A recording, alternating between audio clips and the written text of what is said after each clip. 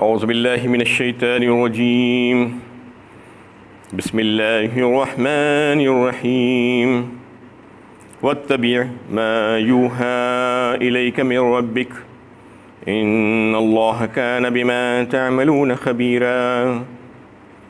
आपके रब की तरफ से आप पर जो वही की जाती है उसके मुताबिक अमल कीजिए, बिलाशुबा तुम जो कुछ अमल करते हो अल्लाह इससे बाखबर है।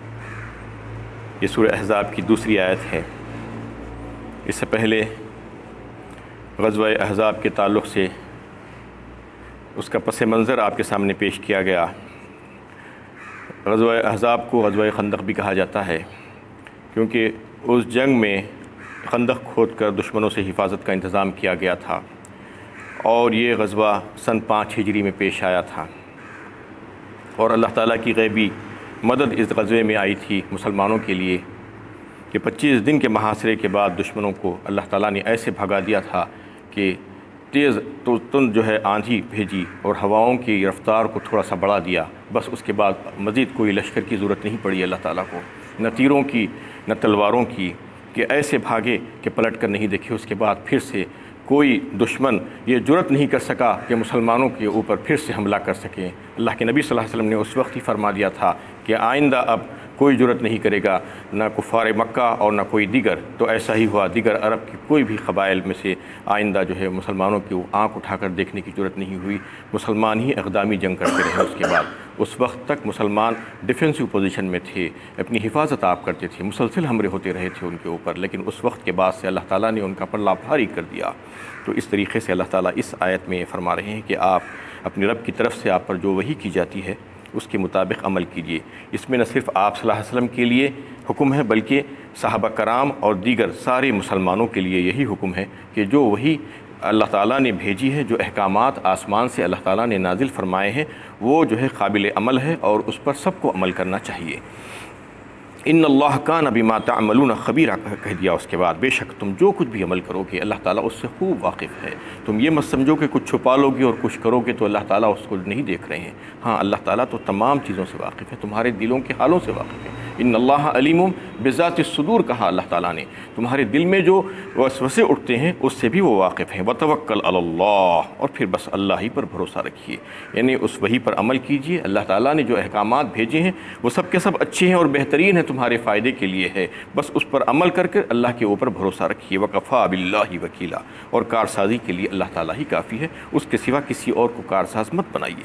मा जअलल्लाहु लिरजुलिन मिन क़ल्बैनि फ़ी जौफ़िही वमा जअल अज़वाजुकुमुल्लाती तुज़ाहिरून मिनहुन्न उम्महातिकुम वमा जअल अदियाअकुम अब्नाअकुम ज़ालिकुम क़ौलुकुम बिअफ़वाहिकुम वल्लाहु यक़ूलुल हक़्क़ व हुवा यहदिस सबील। अल्लाह ने किसी शख्स के सीने में दो दिल नहीं बनाए और तुम्हारी उन बीबियों को जिनसे तुमने ज़िहार किया है तुम्हारी माएँ नहीं बनाया, और न तुम्हारे ले पालक मुँह बोले बेटों को तुम्हारा हक़ीक़ी बेटा करार दिया। ये तुम्हारी मुँह बोली बातें हैं। अल्लाह ताला वही बात कहते हैं जो हक़ है और वही सीधा रास्ता दिखाते हैं। इसमें अय्याम जाहिलियत के जो 3 रसूमात थे, जो 3 अक़वाल थे लोगों के, 3 बातें थी, उसका तज़किरा अल्लाह ताला फरमा रहे हैं, उसका रद्द फरमा रहे हैं इस आयत में।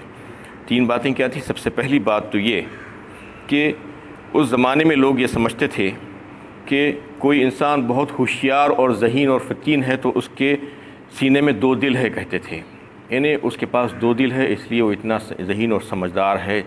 और इसका मतलब ये भी बताया गया है कि जो मुनाफिकीन थे वो जब निफाक करते थे और अल्लाह ताला के अलावा अपने दूसरे माबूदों के पास भी जाते थे और उनकी भी गाते थे, तो ये कहते थे कि हमारे पास 2 दिल हैं, एक में हम अल्लाह को रखते हैं और एक में दूसरों को रखते हैं।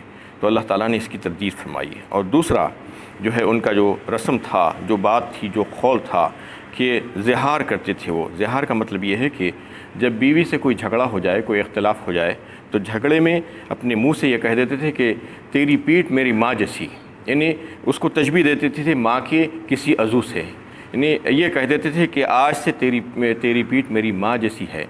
तो उसके बाद ये समझने लगते थे कि बीवी हमेशा के लिए हराम हो गई है। और फिर तीसरा जो है उनका जो रस्म थी, बातिल रस्म, उसमें यह था कि मुतबन्ना बनाने का, वमा जअल अदियाअकुम अब्नाअकुम, यानी किसी कि बच्चे को लेकर उसको अपना मुँह बोला बेटा बना लेते थे और उसको वैसे ही हुकूक देते थे जैसा कि अपना असली बेटा है, और वो विरासत में भी शरीक होता था।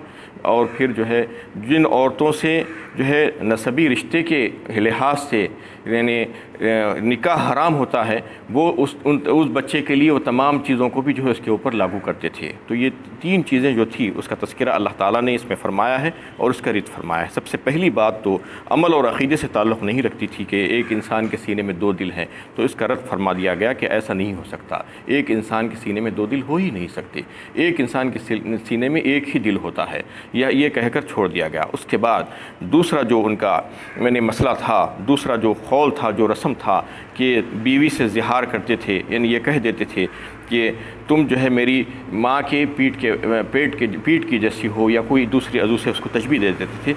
ये जो है अय्याम जाहिलियत में लोग ऐसा करते थे। उसके ताल्लुक़ से बता दिया गया है कि ये तुम्हारी मुँह की बातें हैं। तुम अगर किसी को अपनी बीवी को माँ कह दो, क्या तो वो माँ हो जाएगी? माँ नहीं हो सकती। माँ तो वही होगी जिसने तुमको जना है, जिसने तुमको पैदा किया है। तुम जिसकी औलाद हो, जिसके पेट से तुम बाहर आए हो, वही तुम्हारी माँ होगी। उसके अलावा तुम्हारे कहने से माँ नहीं बन जाएगी। ये बात बता दी गई और इसकी तफसील और अहकामात सूरह मुजादिला पारा 28 में इंशाअल्लाह तफसील के साथ आएंगे कि उसके क्या क्या अहकामात हैं। और तीसरा जो उनका जो है बातिल रस्म था उसके बारे में बड़ी तफसील तलब बात है कि मुतबन्ना बनाया जाता था उस वक्त। किसी के लड़के को लेकर अपना मुंह बोला बेटा, गोद लेना जिसे कहते हैं, उसको अपना मुंह बोला बेटा बना लेते थे और उसको बिल्कुल यानी ऐसा ही मशहूर कर देते थे जैसा कि उसका अपना बेटा है। अपने बेटे को जैसा कहते थे वैसा उसके ताल्लुक़ से कहती, और उसको लोगों के सामने मुतारिफ भी ऐसा ही कराती कि ये मेरा बेटा है कहकर। तो अल्लाह ताला ने उससे मना कर दिया और कह दिया कि जैसा कि एक इंसान के सीने में 2 दिल नहीं हो सकते, और किसी यानी अपनी बीवी को, किसी औरत को माँ कह देने से माँ नहीं बन जाती वो, वैसे ही जो है किसी के बेटे को लेकर उसको बेटा कह देने से बेटा नहीं बन सकता। ये बात अच्छी तरीके से समझ लेना चाहिए। अल्लाह ताला ने ये बात बता दी कि मुतबन्ना का जो मामला है, जो तसव्वुर है, वो यहाँ से ख़त्म कर दिया जा रहा है। अभी तक का जो है इस्लाम से पहले वो लोग मुतबन्ना बनाते थे, बच्चों को लेकर गोद लेकर उनको मुँह बोला बेटा कहते थे और उसको वो तमाम हुकूक देते थे। विरासत में भी जो है वो शरीक होता था अपने असली बेटों के साथ। और फिर जो रिश्ते जो है हराम होते थे जिन औरतों के साथ नसबी रिश्तों के लिहाज से, तो वो उसको भी जो है ऐसा ही तस्वुर करते थे जैसा कि जो है एक ससुरे और बहू के बीच में जो रिश्ता होता है वो अबदी महरमियत का रिश्ता होता है, अबदी महरम होते हैं वो। यानी अगर बेटा उसे तलाक़ दे दी या बेटे की मौत के बाद भी जो है वो औरत वो ससुरे के लिए हलाल नहीं हो सकती किसी भी हिसाब से। तो उसको जो है जो मुँह बोला बेटा होता था उसके लिए भी ये लोग ऐसा ही तस्वुर करते थे कि वो भी बेटा ही है और बेटे की बीवी थी, लिहाजा उससे भी जो है निकाह नहीं हो सकता बेटे के बाद। तो ये सारे तस्वुरात को अल्लाह ताला ने इसमें ख़त्म किया है कि वो मुँह बोले का जो तस्वुर था उसको अल्लाह ताला ने ख़त्म कर दिया। इस आयत के नुज़ूल के बाद बताया जाता है कि हज़रत अब्दुल्ला इब्न उमर की हदीस जो है रिवायत की जाती है कि लोगों ने जो है नबी सल्लल्लाहु अलैहि वसल्लम ने जो एक लड़के को ज़ैद बिन हारिसा जो थे उनको जो ग़ुलाम थे आज़ाद कर दिया था और आज़ाद करके उनको अपना बेटा बना लिया था। ये शुरू इस्लाम की बात थी, उस वक्त की अहकामात नाजिल नहीं हुए थे।